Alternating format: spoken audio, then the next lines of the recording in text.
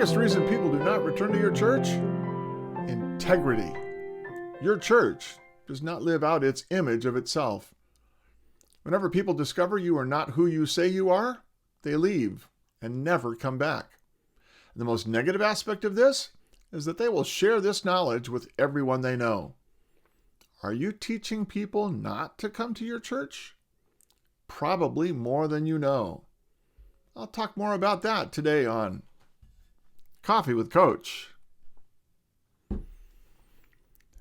I'm Steve Petty, and I have 3 goals for these videos: to help you become a better pastor and leader, to save you time and money, to help educate, motivate, and energize you so you can motivate and energize your church. If you find these videos helpful, I hope you will subscribe to my channel, and if you have questions or comments, you can add them below or email me at steve@revstevep.com. Integrity. Everybody thinks they have integrity. Everybody thinks their church has integrity. It's one of our values. But my guess is most churches are failing badly at integrity, and their failure to have integrity is killing them. New people discover your lack of integrity, and they will never come back. Today, I want to talk about 7 significant areas of integrity that you had better be watching and checking on, because if you fail at these, you will inform your community that you are not to be believed. So, 7 areas of integrity. First, how many churches tell everybody we're the friendly church? Boy, I've been to a whole lot of friendly churches. And what that secretly means is we are really friends with each other. And we like each other. So when we come to church on Sunday morning, we are very friendly. We like each other. We're enjoying ourselves. And if you're here and it's your first time, well, we didn't come to enjoy you. We came to enjoy our friends. So we're going to spend most of our time talking with our friends who we haven't seen since last Sunday. And if you're new here, well, find your own friends. Friendly like that isn't friendly. I've talked to lots of people who went to churches that were advertised as friendly and found them cold and unfriendly. What did they tell everybody they knew? Don't bother to go there. Those people are very happy with themselves, but they don't like newcomers. The friendly church almost is never friendly. Second one, everyone is welcome. Wow, I've heard that one. I see that on websites. I see that in a lot of places in people's publicity. Everyone is welcome. What does that really mean? I've gone to churches where the front doors were locked. I've gone to churches where the front gates were locked. I've gone to churches where there was no sign to tell you where to park your car, no sign to tell you how to find the sanctuary, no sign to tell you what time worship was. Well, then really, everyone isn't welcome. We have secrets. We're going to keep them secrets. And if you want to find your way in, it's like a puzzle.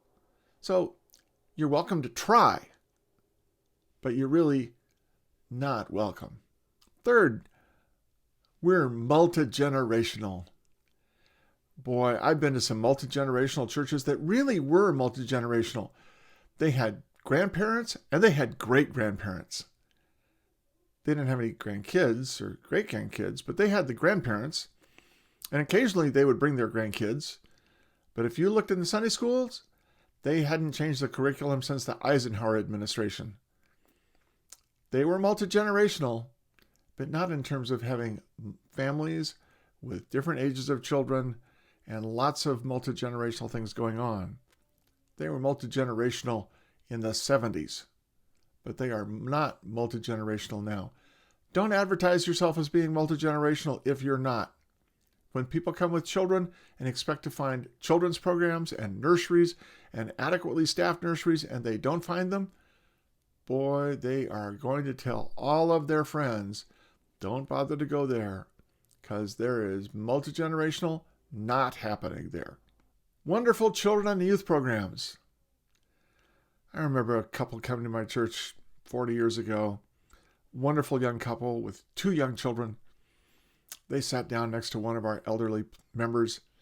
She looked at them and she smiled, and with all of the generosity of her heart, she said, "I'm so sorry you're here. We used to have children and youth in our programs.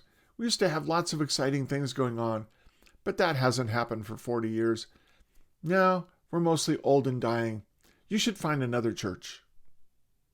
Well, at least she was honest. But how many churches advertise that they have a children's program and don't really? Sometimes I've consulted with churches and they say, "Well, we used to have a children's program, and if anybody ever comes and we have enough children to start a Sunday school, then we'll start a Sunday school." And I ask generously, kindly, how many is enough? "Well, it's hard to get a Sunday school teacher to sit down with children when there's only 1 or 2. So if we had like 6 to 8 kids, maybe a dozen, then we could start a Sunday school." You're never going to get a dozen kids if you don't have a Sunday school. Don't advertise that you have children and youth programs if you don't. Again, all you're doing is telling people this is a church not to come to, and the word on the community grapevine can kill you.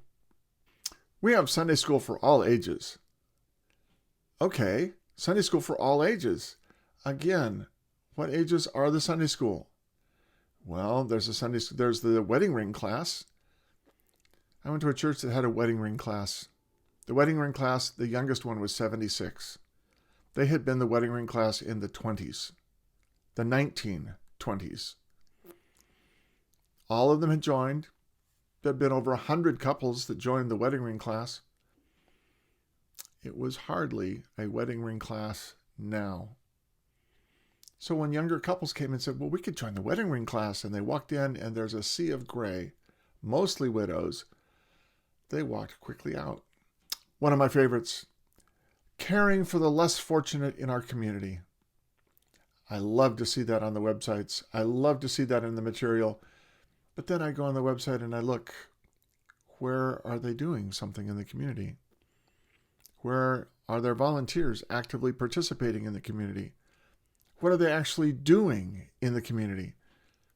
Well, once a year they take up an offering for the local food bank.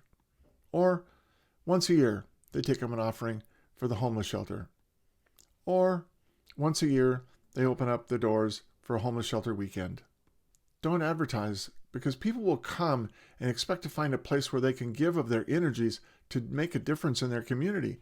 And if you're not offering an opportunity to make a difference in their community, they will quickly leave and they will conclude you really don't care about your community. It's a lack of integrity. Same kind of a theme, strong missional outreach. What does strong missional outreach mean? Do we have a mission to Kenya? Do we have a mission to Nicaragua? Are we going to Belize? Are we going around the world? Do we have a strong mission program in our own community? Are we doing something for the poor, the needy, the homeless, the hungry? What kind of a mission program do we have? Oh, we take a monthly donation for our missionaries. And we hear from our missionaries and we publish what they're doing in our newsletter once a year. That's not a strong missional outreach. That's a token missional outreach. And people who come because they expect to find a strong missional program that they can participate in and give to and volunteer for will walk out your door, because there's a lack of integrity between what you say and what you do. If you don't have the program, if you don't have it in place, if it's not well funded and well operated, don't advertise it. It is much worse to advertise something that does not exist than it is to not advertise it at all. At least people, when they come, will be encouraged to go find something that looks like that, but they won't find out that you're lying. The lack of integrity is worse than no program at all. So be honest with people. What is it they will find when they come to your church? What is it that they will find that will encourage them to come back? Advertise that, but don't advertise things you don't have. just to get people in the door. You get them in the door, and they find the lack of integrity, and they will leave and tell 100 other people. It's the worst thing you can do. That's it for the video this week. Think about the integrity that your church has in its community between what you say you do and what you actually do.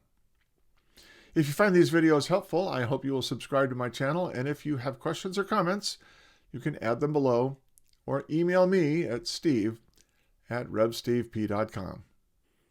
Next week, I'm going to talk about leadership, and specifically your key leaders. You need to be taking care of your key leaders. How do you take care of them? How do you lead them? How do you encourage them? The care and feeding of your primary energy source. Next week on Coffee with Coach.